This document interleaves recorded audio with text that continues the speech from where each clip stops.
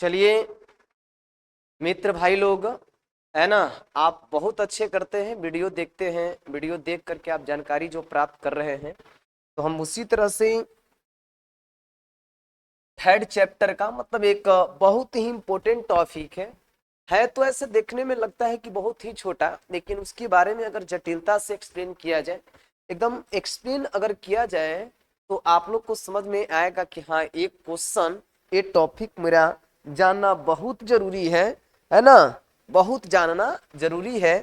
तो आज हम वैसे वैसे टॉपिक जो हर एक चैप्टर से छोटे छोटे जो क्वेश्चन है या लॉन्ग क्वेश्चन है, उसको सब बाई पार्ट कर करके हम सब टॉपिक पर वीडियो बना रहे हैं। आप उस वीडियो को देखते रहिएगा, है ना, देखिएगा, समझिएगा, सीखिएगा, जानिएगा।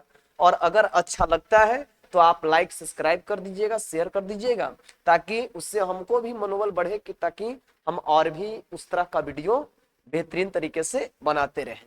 सबसे पहले आता है वो तीसरा चैप्टर से ही क्वेश्चन है, मानव जनन। मानव जनन से ही एक क्वेश्चन है जिसको नाम है गुप्त वृषणता। गुप्त वृषणता,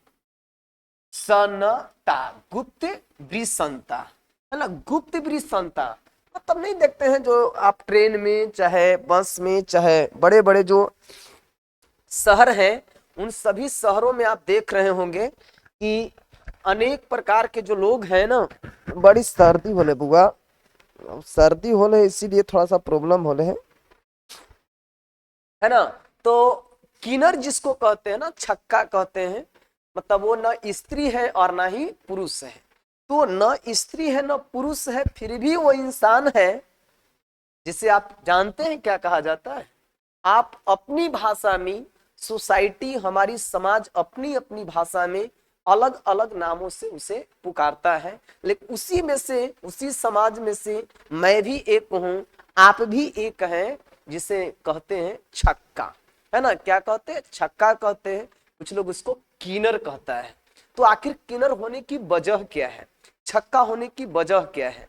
आखिर उसी माँ से निकला हुआ बाकी सब जो इंसान है, एक महिला और एक पुरुष का रूप धारण कर चुका है, लेकिन उसी गर्भ से पैदा लिया हुआ इंसान एक किन्नर कैसे हो गया, है ना। मतलब किन्नर हुआ तो कैसे हुआ? किन्नर भी दो प्रकार के होते हैं। किसी का मादा जनन तंत्र का विकास नहीं है, तो किसी का देखिएगा नर जनन तंत्र का विकास नहीं है। किसी का यदि मादा जनन तंत्र का विकास है तो उसका वक्ष का विकास नहीं है, मतलब वो दूध निष्कासन नहीं कर सकता है, अंदर से अंडाशय विकसित नहीं है, किसी का गर्भाशय विकसित नहीं है। पुरुष में देखा जाए, पुरुष भी अनेक प्रकार के लोग हो जाते हैं, मतलब किसी का रेक्टम डेवलपमेंट नहीं है, किसी का वृषण ही नहीं है। इन सारी चीजों को आखिर कैसे हो जाता है, जिसे हम आप गुप्त वृषणता के नाम से कहते हैं, पुकारते हैं। कहने का मतलब है कि एक आप जानते होंगे वृषण के बारे में, वृषण जिसे आप टेस्टिस कहते हो, वृषण जिसे आप टेस्टिस कहते हो, यही टेस्टिस जो होता है जन्म से पहले, जन्म से पहले इंगुइनल नाल से होते हुए, इंगुइनल नाल से होते हुए, इंगुइनल नाल से होते हुए वृषण कोश में उतरता है। इंगुइनल, इंगुइनल, इंगुइनल नाल से होते हुए, नाल से होते हुए उतर जाता है कहाँ? वृषण कोश। लेकिन किसी किसी कारणवश वैसी परिस्थिति आती है कि यह वृषण इंगुइनल नाल से न उतर के आंत का कोई भाग, आंत का कोई भाग इंगुइनल नाल से होते हुए वृषण कोश में उतर जाता है, वृषण कोश में उतर जाता है।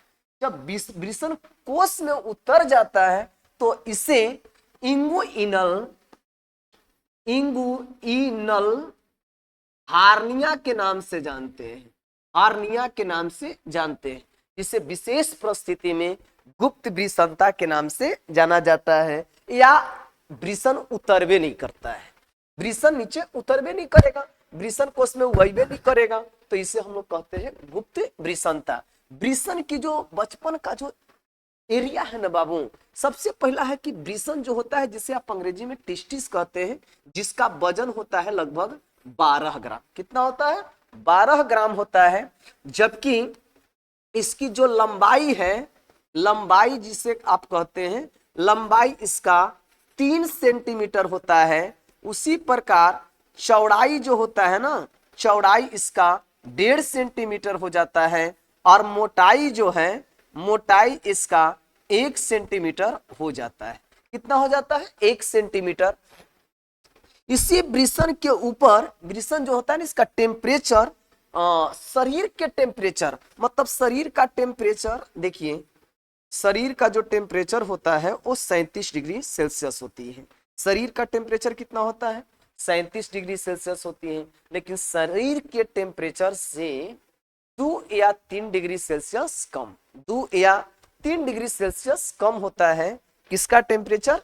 वृषण का टेम्परेचर, है ना। शरीर के टेम्परेचर से 2 या 3 डिग्री सेल्सियस वृषण का टेम्परेचर कम होता है। अर्थात माना जाता है कि वृषण का जो टेम्परेचर होता है, वृषण का जो टेम्परेचर होता है, मतलब ताप जो होता है, 34 डिग्री सेल्सियस या 35 डिग्री सेल्सियस के आसपास होता है, ताकि इसमें अच्छी तरीके से शुक्राणु मतलब सेमेन बन सके, वियर बन सके, राइट है, शुक्राणु बन सके। अब अगर मान ले कि इसका शरीर का टेम्परेचर इतना यदि हो जाता है, जितना शरीर का टेम्परेचर है उतना ही यदि वृषण का टेम्परेचर हो जाए, उतना ही वृषण कोष का टेम्परेचर हो जाए, तो इसमें शुक्राणु बन ही नहीं पाएगा। यही कारण है कि ताप के ही चलते, यही कारण है कि जब भी होता है वृषण, वो शरीर से बाहर होता है, बाहर की ओर उभरा हुआ मांसल अंटीनुमा संरचना, जिसे आप हाइड्रोसील या कौड़ी के नाम से भी जानते हैं, वो शरीर से बाहर होता है। ये खास तौर पर ताप को नियंत्रित करने के लिए। वृषण जो होता है ना भैया, वो 3 परत से मिलकर बना होता है, परत से मिलकर बना होता है, से बना होता है, 3 परत से मिलकर बना होता है। कौन? वृषण। पहली परत का नाम है tunica, tunica albuginea, tunica albuginea. दूसरा परत का नाम है ट्यूनिका वास्कुलोसा, वास्कुलोसा। और तीसरी परत का नाम है, ये दूसरा हो गया आपका ट्यूनिका, ट्यूनिका वास्कुलोसा। और तीसरा परत का नाम है जिसे आप कहते हैं ट्यूनिका, ट्यूनिका वेजाइनालिस होता है, वेजाइनालिस होता है, ट्यूनिका वेजाइनालिस होता है, ट्यूनिका वेजाइनालिस होता है।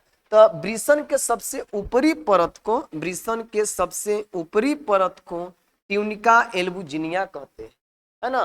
वृषण के सबसे ऊपरी परत को ट्यूनिका एल्ब्यूजिनिया कहते हैं, जबकि सबसे अंदर वाले परत को वेजाइनालिस कहते हैं, और मध्य वाले परत को वास्कुलोसा कहा जाता है, जो वृषण को एक विशेष प्रकार के ताप को नियंत्रित करता है। मतलब उसकी ताप में जो नियंत्रण करने की क्षमता आएगा, वो यही सब के कारण आता है, यही सब के कारण आता है, और इसके हिसाब से वह शुक्राणु को निर्मित करता है। शुक्राणु जो बनता है मेरे भाई, वो 3 चीजों के मिलने से बनता है शुक्राणु। पहला है शुक्रिय द्रव, शुक्रिय द्रव, और दूसरा हो जाता है शुक्राशय द्रव, शुक्राशय द्रव, और तीसरा जो होता है वो आ जाता है आपका पूर्वस्थ, पूर्वस्थ द्रव होता है ना। ये दोनों द्रव को अगर एक साथ मिला दिया जाए, मतलब शुक्रिय द्रव और शुक्राशय द्रव को जब एक साथ हम लोग मिला देते हैं ना, तो मिलने से ये दोनों को हम लोग एक साथ सेमिनल प्लाज्मा कहते हैं। क्या कहते हैं? दोनों को अगर एक साथ मिला दिया जाए तो इससे जो बनता है ना, उसको कहते हैं सेमिनल प्लाज्मा बोला जाता है, सेमिनल प्लाज्मा बोला जाता है। और पूरस द्रव के कारण एक विशेष प्रकार के शुक्राणुओं में क्या होता है? गंध होता है। माने सेमेन में एक विशेष प्रकार की जो गंध होती है, दुर्गंध होता है, वो पूरस द्रव के कारण होता है। तो उम्मीद करते हैं ये जो वृषण कोष है या वृषण है, जितना मैं समझाया इस वीडियो में, वो सारे के सारे समझ में आ गया होगा। उम्मीद करते हैं यही बात सत्य है। अगर वीडियो अच्छा लगता है तो आप शेयर और सब्सक्राइब और लाइक कर दीजिए। और अगर आपको खराब लगता है कि ना सर ये अच्छा हमारे लाइक नहीं है, मतलब इतना हम जानते हैं, या इससे और थोड़ा सा वीडियो एक्सप्लेन की ओर बनाइए और प्रति टॉपिक पर बनाइए, तो हम धीरे धीरे भाई उसके प्रति मॉडिफाई हम हो रहे हैं, मतलब हम भी मॉडिफाई हो रहे हैं। पहले जो है वो समय के अनुसार हम लोग इस सब चीज पर उतना भरोसा नहीं करते थे, लेकिन जो समय समय में जो परिवर्तन आया है डिजिटलाइजेशन का, अब ऑफलाइन कितना ही बेहतर पढ़ा दीजिए लेकिन आपका बच्चा उतना ही वैल्यू देता है, मतलब बहुत ही कम वैल्यू देने का हम रुचि देखते हैं। लेकिन वही एक सिंपल से सिंपल टीचर भी, मतलब एक साधारण टीचर अगर वो ऑनलाइन पर वीडियो बना करके अपलोड कर दे रहा है, तो देखिए अरे जो बढ़िया है, जो बढ़िया है। लेकिन कुछ लोग सिंपल भी है जो हमारो आंखों के सामने देखिए कि इस तरह से हुआ होल है, तो हमने मॉडिफाई के तहत समय के साथ हम भी बदले हैं। आप लोग के सहयोग से है ना, धीरे धीरे करते करते परिस्थिति को संभारते संभारते समय के अनुकूल भाई सारे व्यवस्था के साथ हम आपके सामने उतर चुके हैं। ठीक है, तो इस तरह से जो धीरे धीरे वीडियो हम मॉडिफाई करेंगे, आप लोग को भी सपोर्ट होना चाहिए, थोड़ा लाइक सब्सक्राइब करते रहिए ताकि उसी से हम हौसला लेकर के आगे की ओर धीरे धीरे बढ़ते रहेंगे। ठीक है, आज के लिए इतना ही, गुड बाय।